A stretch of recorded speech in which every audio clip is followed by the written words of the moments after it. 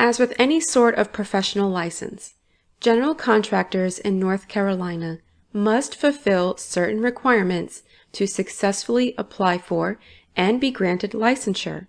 These include submitting an application, a character assessment, and successfully passing the appropriate licensing exam.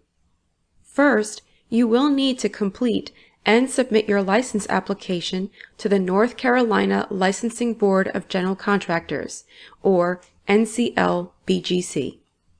But what is required for the application? Now that you know what to expect in your career as a general contractor, let's have a look at what is required for your application to become licensed in North Carolina. As with most licensure, you will need to be at least 18 years of age at the time of application.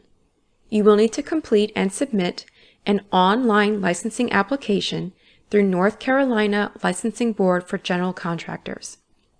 The application can be found at nclbgc.org. It is important to note, all license applications must be completed and submitted online. Paper applications will not be available, and printouts of the completed application will not be accepted. When submitting your application, you will be required to also pay all necessary application fees. Let's take a detailed look at the different levels of licensure and their associated application fees. When completing your application, you will need to select if you are applying for a limited, intermediate, or unlimited license. Let's define each of the license types and their associated application fees.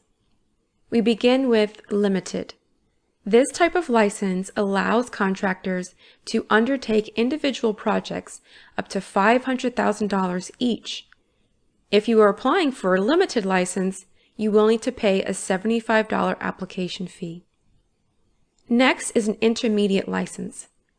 This type of license allows contractors to undertake individual projects up to $1 million. If you are applying for an intermediate license, you will need to pay a $100 application fee. Last is the unlimited license. This type of license has no dollar limit on the size of the projects that they can undertake. If you are applying for an unlimited license, you will need to pay a $125 application fee. After you have made the decision to apply for a limited, intermediate, or unlimited license, you will need to show evidence that you are of good character. Since general contracting requires that you be responsible and dependable, you will also be required to demonstrate that you have a track record of personifying these traits. This is done by submitting 3 letters of character reference and submission of a background check to the NCLBGC board. Your 3 reference letters are required to include the following items: the name of the person submitting the reference, their contact information including mailing address, phone number, and email address, the date when the reference is written, and it's important to note that references older than 12 months at the time of submission will not be accepted. Finally, and perhaps most importantly, your reference will need to provide information that demonstrates your knowledge, experience, and attributes that will demonstrate your exceptional character. It is important to remember, applications cannot and will not be processed without your 3 letters and/or without all of the requirements for said letters being fulfilled. Now that we've gone over your letters of reference, let's have a look at the background check requirement. In August 2022, the Governor signed House Bill 489 into effect. This bill makes a federal background check an official requirement for all general contractor applicants. This bill also requires that the applicant pay any associated fees for the background check and establishes that any and all information obtained through the application and/or background check process will be confidential and not considered public record.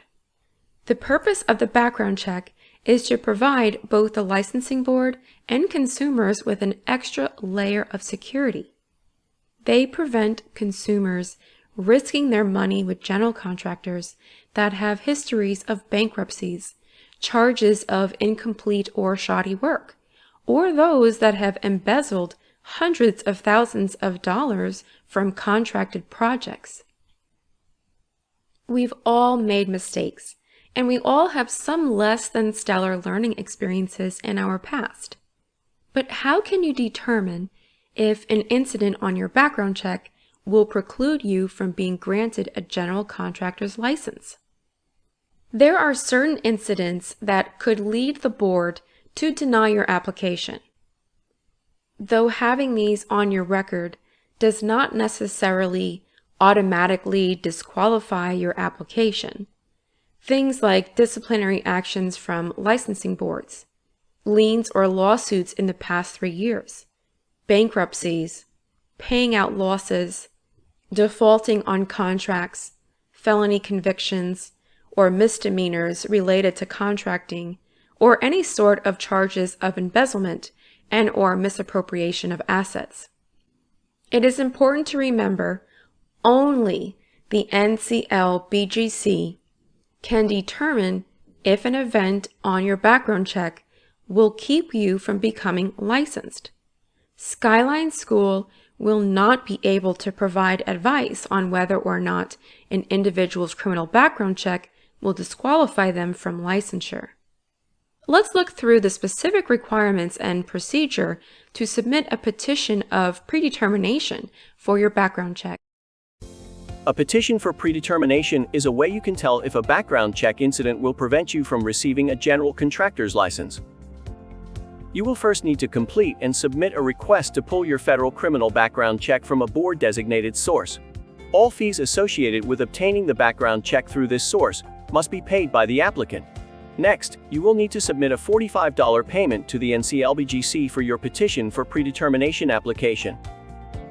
Once the board has received your background check report, they will make a determination and inform the applicant of the outcome within 45 days of submission of the petition. But what if something on your record is determined to prevent licensure? Should the board determine that an applicant would be denied licensure, they will notify the applicant of the grounds and reasons for predetermination. They will also inform the applicant that they can still complete all the requirements for licensure and apply, but with the understanding that their application will likely not be approved. Finally, the board will inform the petition applicant of any potential for evidence of rehabilitation that may permit the applicant to gain licensure in the future. This means that although an incident on your criminal background check would disqualify you for licensure at the present time, there is still hope. A predetermination of ineligibility is not a final determination. This means that you may reapply again in the future, when more time has passed for a demonstration of rehabilitation and of ongoing good character. There is not a limit to the number of times you may apply. However, a predetermination of approval for application is binding, so long as all other requirements for licensure are fulfilled, and so long as the applicant's criminal history remains unchanged throughout the application period. As you'll be creating and managing the budget for projects that you are contracted to complete, you will also be required to show proof of your financial health and responsibility. This portion of your application is completed by a certified accountant and shows that you meet the minimum requirements of assets and/or net worth necessary for the level of licensure that you are applying for. We will go through the levels of licensure and their corresponding requirements in detail later. Finally, after your application and all supplementary required information has been submitted, you will need to take and pass the exams required for your desired licensure. You will have the option to complete each individual exam needed for your classification, or you may opt to take the NASCLA exam. Detailed information about each exam type and their requirements will be presented later in this series. As you can see, There are a number of critical components to successfully apply for a license as a general contractor in North Carolina. Though they may seem complicated, each piece is integral in demonstrating that you can fulfill responsibilities of a general contractor in an honest, responsible, and fiscally sound manner. Let's get you started on your application and on to your new career.